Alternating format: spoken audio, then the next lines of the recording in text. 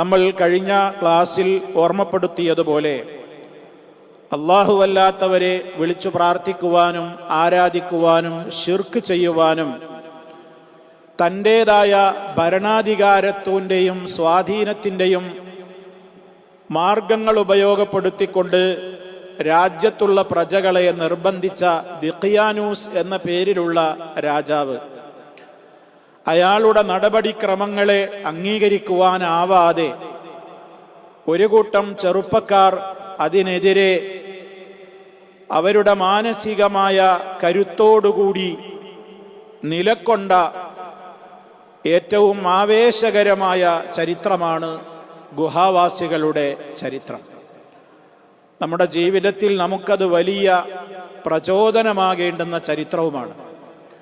ആഴ്ചതോറും അത് നമ്മെ ഓർമ്മിപ്പിക്കുന്നുണ്ട് എന്നുള്ളത് തന്നെ അതിൻ്റെ പ്രാധാന്യം നമുക്ക് വളരെ വ്യക്തമാക്കി തരികയാണ്. ആദർശ രംഗത്ത് ഏതറ്റം വരെ സഹിക്കേണ്ടി വന്നാലും അള്ളാഹുവിൻ്റെ കാവലുണ്ടാകുമെന്നും അന്തിമ വിജയം എപ്പോഴും, അതല്ലെങ്കിൽ റബ്ബിൻ്റെ സഹായം എപ്പോഴും അത്തരത്തിലുള്ള ദൃഢ മനസ്കരായ ആളുകൾക്കുണ്ടാകുമെന്നും നമ്മെ അറിയിക്കുന്ന പാഠഭാഗങ്ങളാണ് അൽ കഹ്ഫുകാരുടെ ചരിത്രം. ഒരു കൂട്ടം ചെറുപ്പക്കാരായിരുന്നു അവർ. ഗുഹയിലേക്കവർ അഭയം തേടി എന്ന് കഴിഞ്ഞ ആയത്തുകളിലൂടെ നമ്മൾ മനസ്സിലാക്കി. ഇനി 13-ാമത്തെ സൂക്തം മുതൽ അവരുടെ കഥ ഒരൽപ്പം വിശദമായി വിവരിക്കുകയാണ്. അതാണ് അള്ളാഹു പറയുന്നത്, നഹ്നു, നാം. ഇത് അള്ളാഹുവിനെ കുറിച്ച് പ്രയോഗിക്കുന്നതാണ്, നാം എന്നുള്ളത്. വാസ്തവത്തിൽ നമുക്കറിയാം, നാം അള്ളാഹുവിനെ കുറിച്ച് അവൻ എന്നാണ് പ്രയോഗിക്കുന്നത്. അവൻ ഏകനാണ്. പക്ഷേ നഹ്നു, ഞങ്ങൾ, അല്ലെങ്കിൽ നാം എന്ന തഅ്ലീമിന്റെ മഹാത്മ്യം അറിയിക്കുന്ന പ്രയോഗം അള്ളാഹു അവനെക്കുറിച്ച് പറയുന്നതാണ്. നമ്മുടെ രാജ്യത്ത് തന്നെയും ഈ ലോകത്തുള്ള കേവലം ചില രാജാക്കന്മാരും ഭരണാധികാരികൾ പോലും അവരുടേതായ രാജതിട്ടൂരങ്ങളും ഭരണത്തിൻ്റെ ചില കാര്യങ്ങളുമൊക്കെ പ്രഖ്യാപിക്കുമ്പോൾ പോലും ഞാൻ പ്രഖ്യാപിക്കുന്നു എന്നല്ല, നാം പ്രഖ്യാപിക്കുന്നു എന്നാ പറയാറുള്ളത്.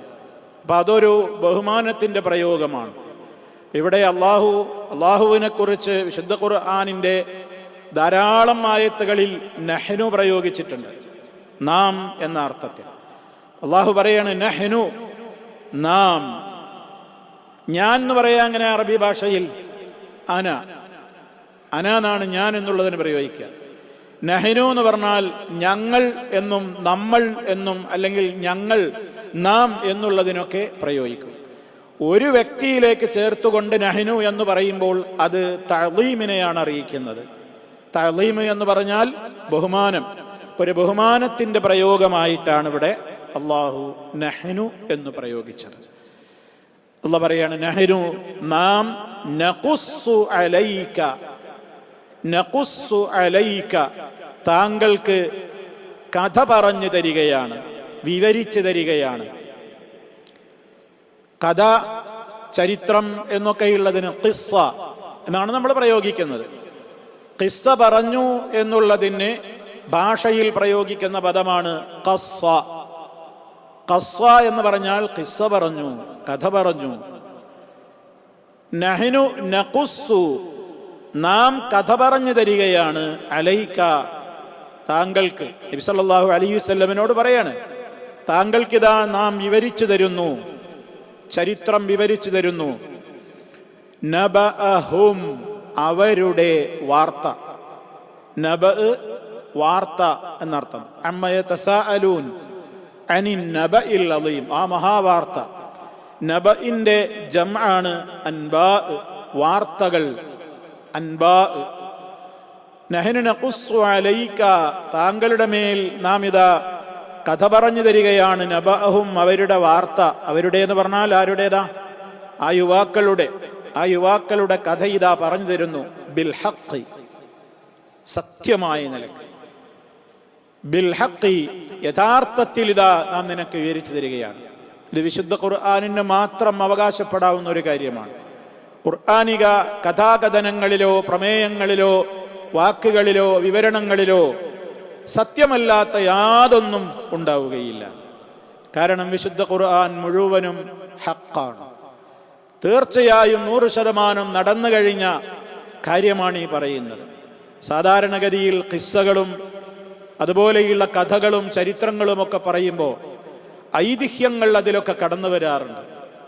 സംഭവിച്ചിട്ടില്ലാത്ത ആ പൊടിപ്പും തൊങ്ങലും വെച്ച പല കഥകളും കഥകൾക്കിടയിലൂടെ പലരും ചേർത്ത് എഴുതുകയും വായിക്കുകയും ഒക്കെ ചെയ്യാറുണ്ട്. റഹ്മാനായ റബ്ബ് പറയുന്ന കഥകളിൽ അല്പം പോലും യഥാർത്ഥമല്ലാത്തതില്ല. മാത്രമല്ല വിശുദ്ധ ഖുർആൻ പറഞ്ഞിട്ടുള്ള ചരിത്രങ്ങളെക്കുറിച്ചൊക്കെ പറയുമ്പോൾ ഏറ്റവും ഉന്നതമായ ചരിത്രം എന്നാണ് പറയാറുള്ളത്. ഉദാഹരണത്തിന് യൂസുഫ് അലൈഹിസ്സലാമിൻ്റെ ചരിത്രം പറഞ്ഞു തുടങ്ങുമ്പോൾ തന്നെ അള്ളാഹു പറഞ്ഞത് അഹ്സനൽ ഖസസ് എന്നാണ്. ഖിസ്സകളിൽ ഏറ്റവും നല്ല കഥ. വിശുദ്ധ ഖുർആനിലെ കഥകൾ മുഴുവനും കേവലം കഥകൾ പറയാനുള്ളതല്ല. ആരെയെങ്കിലും രസിപ്പിക്കാനോ ടൈം പാസിന് വേണ്ടിയോ വിനോദത്തിന് വേണ്ടിയോ ഖുർആൻ കഥകൾ പറയാറില്ല.